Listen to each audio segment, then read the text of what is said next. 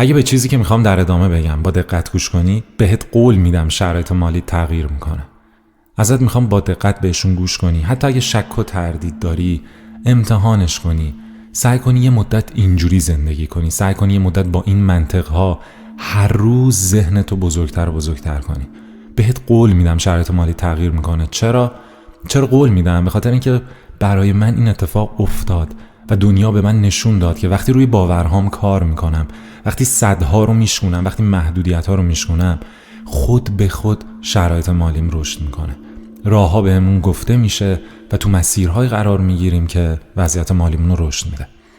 ببین، دنیا آینه باورهای ماست و ما هر باوری که نسبت به هر چیزی داشته باشیم، دنیا دیر یا زود اونو به ما نشون میده.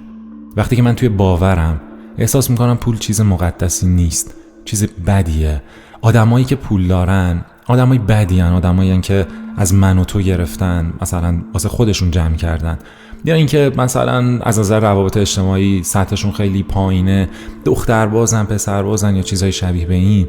ناخودآگاه ما پولو بد میدونیم، چون فکر میکنیم پول ما رو آلوده میکنه، شرایط زندگیمون رو بد میکنه. ما باید توی قدم اول بیایم و اینها رو بشکنیم، اینو هی به خودمون بگیم که آقا چرا پول مقدسه و چرا لازمه که ما پولدار باشیم، چرا طبیعیه که ما پولدار بشیم و چرا این ذات ماست. اصلا ثروتمند بودن ذات ماست، اصلا نیازی به پولدار شدن نیست. ما پولدار هستیم وقتی که میایم این صدها رو برمی‌داریم. حالا میخوام راجع به این باهات صحبت کنم که چجوری میتونیم صدها رو برداریم، چجوری میتونیم نگاهمون رو نسبت به پول عوض کنیم، چجوری میتونیم پول رو مقدس ببینیم، چجوری میتونیم این کار رو انجام بدیم. با تکرار چی؟ تکرار یک سری منطق درست برای ذهنمون که ببین پول چقدر خوبه. توی این پادکست من تصمیم دارم راجع به این موضوع باهاتون صحبت کنم و اولین و مهمترین نکته رو با هم دیگه بررسی کنیم، اینکه چرا پول مقدسه. ببین، بیا اینجوری فکر کنیم که ما 2 تا ورژن میتونیم داشته باشیم، ورژن پولدار و ورژن فقیر. مثلا بابای پولدار و بابای فقیر. خب یه همچین ورژن. ما پس 2 تا ورژن میتونیم داشته باشیم. خب یه جنبه از همون میتونه مولتی میلیاردر باشه و یه جنبه از همون میتونه توی جوب زندگی کنه. یعنی ما پتانسیل این که هر کدوم از این 2 تا رو داشته باشیم رو داریم. همه ما آدم ها. اصلا ببین، تو داری توی دنیای مجزا از من زندگی میکنی. خب پس فکر نکن اگر پولدار شی من قراره فقیرتر بشم چون تو قراره پولدارتر شی. نه، اله کلنگ نیست. همه ما توانایی پولدار شدن رو داریم. خب این یکی از اون چیزایی که باید روش کار کنیم که در ادامه پادکست ها و ویدیوها بهت میگم. پس نکته مهم اینه که بدونیم ما 2 تا ورژن داریم، ورژن پولدار و ورژن فقیرمون. حالا سوالی که ازت دارم اینه که کدوم یکی از این ورژن‌های ما به درد این دنیا میخوره؟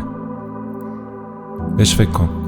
دنیا پولدار تو رو دوست داره، پولدار تو به دردش میخوره، پولدار تو میتونه کارآفرینی کنه، میتونه چرخ اقتصاد جهان رو بچرخونه، میتونه به دیگران کمک کنه و مهمتر از همه میتونه برای خودش امکانات خوب رو تهیه کنه. یا اون ورژن فقیر؟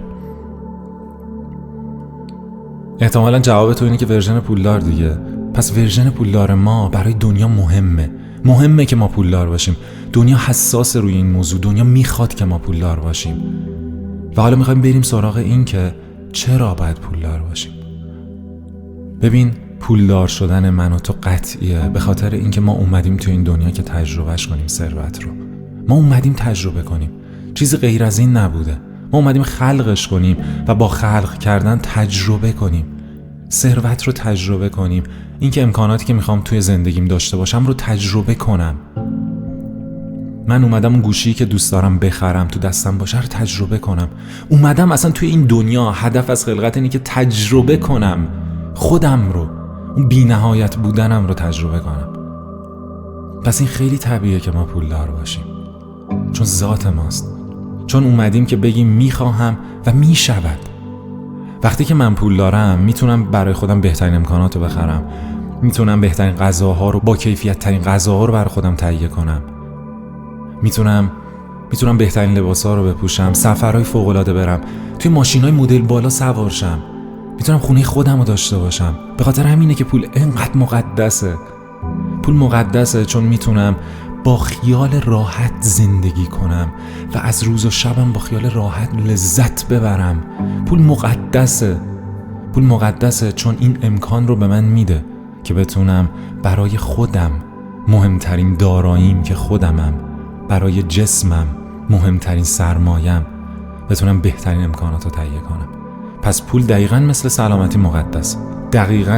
سلامتی مقدس است و انسان‌هایی که پول دارند از بابت جنبه مالی قابل ستایشن. بابا دمت گرم که پول داری، دمت گرم. حالا اگه توی مثلا روابطت مشکل داری، سلامتیت مشکل داره، اونا رو برو درست کن. دمت گرم که پول داری، چون پول داشتن مقدس است، چون پول مقدس است. اسکناس به اسکناس مقدس است. چقدر به ما گفتن پول چرک کف دست، چقدر ما توی فیلم ها دیدیم که آدم پول داره اون آدم منفیه بوده که میخواسته زندگی نفر رو خراب کنه، میخواسته بلا سر کسی بیاره. بابا به خدا اینطوری نیست. ما وظیفه‌مونه که خوراک‌های مثبت، منطق‌های مثبت برای ذهنمون بیاریم که چرا پول مقدسه.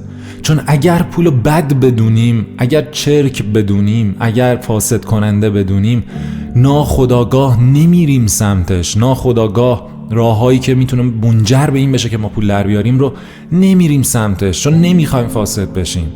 پس بیا اول اینو خرابش کنیم، این باور مسخره چرتی که کردن توی مخ ما که پول فاسد کننده است، اینو بیا بذاریمش کنار فعلا، راهو باز کنیم، این دیوار رو برداریم تا بتونیم بریم مراحل بعدی. پول مقدس عزیز من، چون حالا که پول داری میتونی برای خودت بهترین امکانات رو تهیه کنی. ببین من راجع به دیگران، راجع به کارآفرینی، راجع به حیوانات، محیط زیست، اینکه پول چه تأثیر مثبتی میتونه روشون داشته باشه هنوز صحبت نکردم. راجع به اونام صحبت میکنم که میشه هزاران دلیل آورد که چرا پول مقدسه توی تمام جنبه ها. بچه‌ها فعلا داریم راجع به خودمون صحبت میکنیم. پول مقدسه چون میتونیم برای جسممون بهترین غذاها رو تهیه کنیم. چقدر قشنگ، غذای با کیفیت تهیه کنیم، به جای اینکه بریم کنار خیابون یه غذای بی کیفیت بگیریم و چون نداریم بریم یه غذای بی کیفیت بگیریم. حالا فکر کن ورژن پولدارت میتونه از بهترین رستوران برای خودش بهترین غذا رو بهترین کیفیت رو تهیه کنه. مقدس نیست؟ مقدسه. حالا دلت کشید یه روزی فلافل کنار خیابونم بزن، اما داشته باش رو بزن، چون وظیفته که داشته باشی، چون ذاتته که داشته باشی، چون تمام جهان هستی ازت این رو انتظار داره. اصلا آوردتت و تو رو کمتر از این نمیبینه، تو رو ثروتمند میدونه، پادشاه ها میدونه تو رو. پول مقدسه چون میتونیم بهترین لباسا رو برای خودمون بخریم. حالا پشت همین لباس خریدن، پشت همین عطر خریدن و ساعت خریدن و گوشی خریدن، ببین چه برکتی به دنیا میرسه، چجوری چرخ این دنیا و چرخ اقتصادش میچرخه. آدمایی که پشت پرده میان، کسی که جنس رو تولید کرده، کارخونه دارش، کسی که جنس رو رسونده به اون مغازه‌دار، شاگرد مغازه‌دار، خانواده مغازه‌دار، هزاران آدم دارن این وسط نون میخورن. فعلا نون میذاریم کنار. همین که من میتونم برای خودم بهترین لباسا رو تهیه کنم مقدسه دیگه. همین که میتونم بهترین گوشی، بروزترین گوشی رو دستم بگیرم و دیگه با حسرت به دیگران نگاه نکنم که اون چرا داره و من ندارم، مقدس است. آقا پول مقدسه. لطفاً به این وایس بارها گوش بده و یا اینکه خودت صدای خودت رو ضبط کن، منطقای خودت رو بیار و هی اینو با خودت تکرار کن. بچه‌ها من نتیجه گرفتم ازش که دارم بهتون میگم. اگر نتیجه نگرفته بودم نمیومدم این حرفا رو بزنم. من دیدم که کار کردن روی باور مالیم چجوری مشتری‌ها رو میاره سمتم. این خیلی جالبه. آدما مشتری خودشون مشتری میشن، آدما میان. اون اتفاقایی که باید بیفته میفته، همزمانی‌ها رخ میده. اون چیزایی که باید بری انجام بدی و میری میدی، ناخودآگاه میری میدی. پول مقدسه چون که میتونم بروزترین امکانات رو داشته باشم، میتونم تجربهش کنم، میتونم بهترین سفرها رو برم، میتونم توی سفرها بهترین امکانات رو برای خودم تهیه کنم. پول مقدسه چون میتونم دنیا رو باهاش بگردم. چی برای چشمهای من میتونه جذابتر از منظرهای زیبا باشه؟ پول مقدسه چون آزادی میاره. آزادی مکانی میاره، آزادی زمانی میاره، چون آرامش میاره، ایمان میاره. پول مقدسه عزیز من، پول مقدسه، پول الهیه، پولدار شدن الهیه. چقدر خدا کیف میکنه منو تو رو پولدار میمونه، چقدر کیف میکنه. میگه اینو میبینی؟ این باور داره به من، این باور داره که این دنیا ثروتمنده، این به ذاتش باور داره، این میدونه که چقدر میتونه پولدار باشه، چقدر میتونه این دنیا رو جای خفنی کنه برای زندگی کردن. بابا دمش گرم.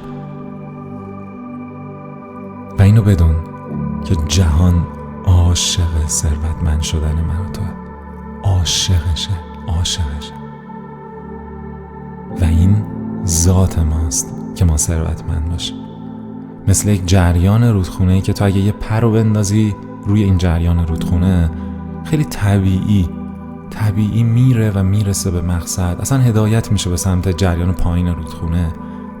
ثروتمند شدن یک جریانیه که ما مثل اون پره داریم میریم به سمت منبع، به سمت ثروت بی نهایت، به شرط اینکه خودمون سنگا رو نگیریم، به شرط اینکه خودمون با این باورهای منفی انقدر داریم دست و پا میزنیم برخلاف جریان رودخونه حرکت کنیم که خسته میشیم. آقا نکن. تو نفس میکشی به سمت پول بیشتر هدایت میشی و پول بیشتر به سمت تو هدایت میشه. اینو بارها با خودت تکرار کن.